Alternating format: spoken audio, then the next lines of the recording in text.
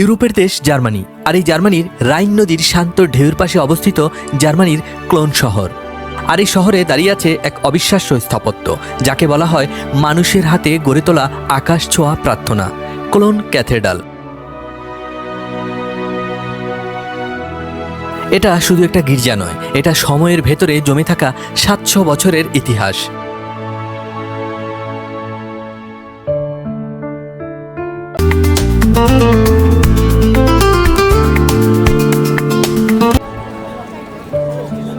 এই গল্পের শুরু হয় 1248 সালে, যখন ইউরোপ ছিল ধর্মীয় বিশ্বাস, রাজনীতি আর শিল্পের এক জটিল যুগে। ক্লোন শহর ছিল গুরুত্বপূর্ণ খ্রিস্টান কেন্দ্র।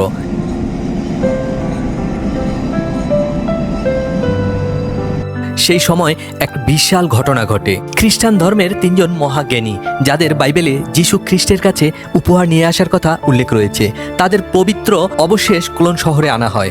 আর এই পবিত্র অবশেষ রাখার জন্যই জন্ম নেয় এক মহাস্বপ্ন, এমন এক ক্যাথেড্রাল যা হবে ইউরোপের সবচেয়ে বড় এবং মহান গির্জা। স্থাপত্য পরিকল্পনা করা হয় গোথিক স্টাইলে, যেখানে প্রতিটি স্তম্ভ, প্রতিটি খিলান, প্রতিটি জানালা আকাশের দিকে উঠে যাওয়া আকাঙ্ক্ষা প্রকাশ করে। এর নকশা ছিল এতটাই উচ্চাকাঙ্ক্ষী যে তখনই মানুষ বুঝেছিল এটা এক জীবনের কাজ নয়, বরং বহু প্রজন্মের দায়িত্ব। বিশাল পাথরের স্তম্ভ, সূক্ষ্ম কারুকাজ আর রঙিন কাচের জানালা, সব মিলিয়ে এটি ছিল এক স্বর্গের প্রতিচ্ছবি পৃথিবীর বুকে।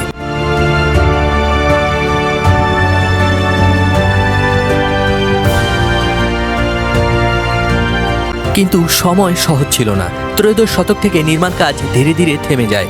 অর্থের অভাব, রাজনৈতিক দ্বন্দ্ব আর ইউরোপের পরবর্তী পরিস্থিতি সব মিলিয়ে ক্যাথেড্রালটি দাঁড়িয়ে থাকে অর্ধসমাপ্ত অবস্থায়। শত শত বছর ধরে এটি এমন এক দৃশ্য ছিল যেন আকাশের দিকে ওঠা একটি থেমে যাওয়া প্রার্থনা।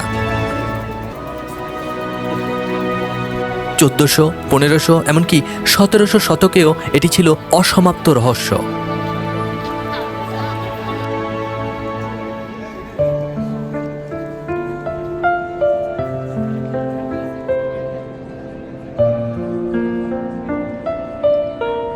প্রায় 700 বছরের এক স্বপ্ন, যা মাঝখানে 300 বছর বন্ধ ছিল, এবং 300 বছর পরে সেই স্বপ্ন আবার উঁচু হয়ে দাঁড়াতে শুরু করে।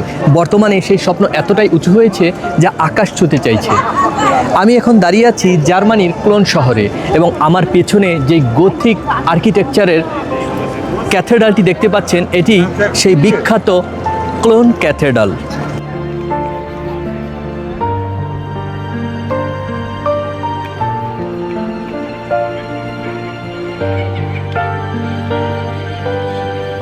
আঠারোশো শতকে জার্মানির জাতীয়তাবাদের উত্থান, ইতিহাসের প্রতি নতুন শ্রদ্ধা, পুরনো নকশা আবার খুঁজে বের করা হয়, এবং 1842 সালে শুরু হয় আবার নির্মাণ কাজ। এবার এটি শুধু ধর্মীয় প্রকল্প ছিল না, এটি হয়ে ওঠে জাতির গর্ব, পরিচয়ের প্রতীক। 1880 সালে অবশেষে নির্মাণ কাজ শেষ হয়। দুটি বিশাল টাওয়ার আকাশ ছুঁয়ে দাঁড়ায়, যার উচ্চতা প্রায় 157 মিটার। তৎকালীন সময়ে এটি ছিল বিশ্বের সবচেয়ে উঁচু স্থাপত্য।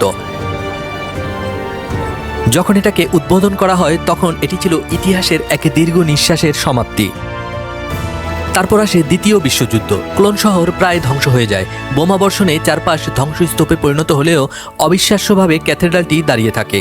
ক্ষতবিক্ষত হলেও সেটি ভেঙে পড়ে না, যেন ইতিহাস তাকে রক্ষা করেছে।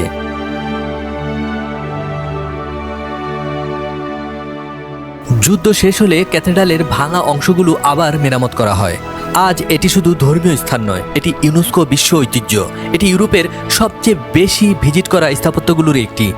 বিশ্বের বিভিন্ন প্রান্ত থেকে প্রতিদিন হাজার হাজার মানুষ আসে এই ক্লোন ক্যাথেড্রালে, কেউ প্রার্থনার জন্য, কেউ ইতিহাস দেখতে, কেউ শুধু বিস্ময়ে চুপ হয়ে দাঁড়িয়ে থাকতে।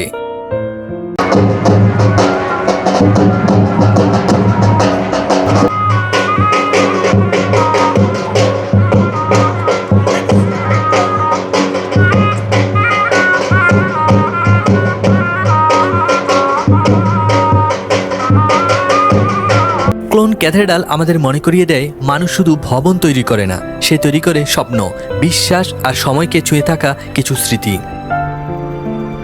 এটি শুধু পাথরের গঠন নয়, এটি মানব ইতিহাসের সবচেয়ে দীর্ঘ, সবচেয়ে ধৈর্যশীল প্রার্থনা।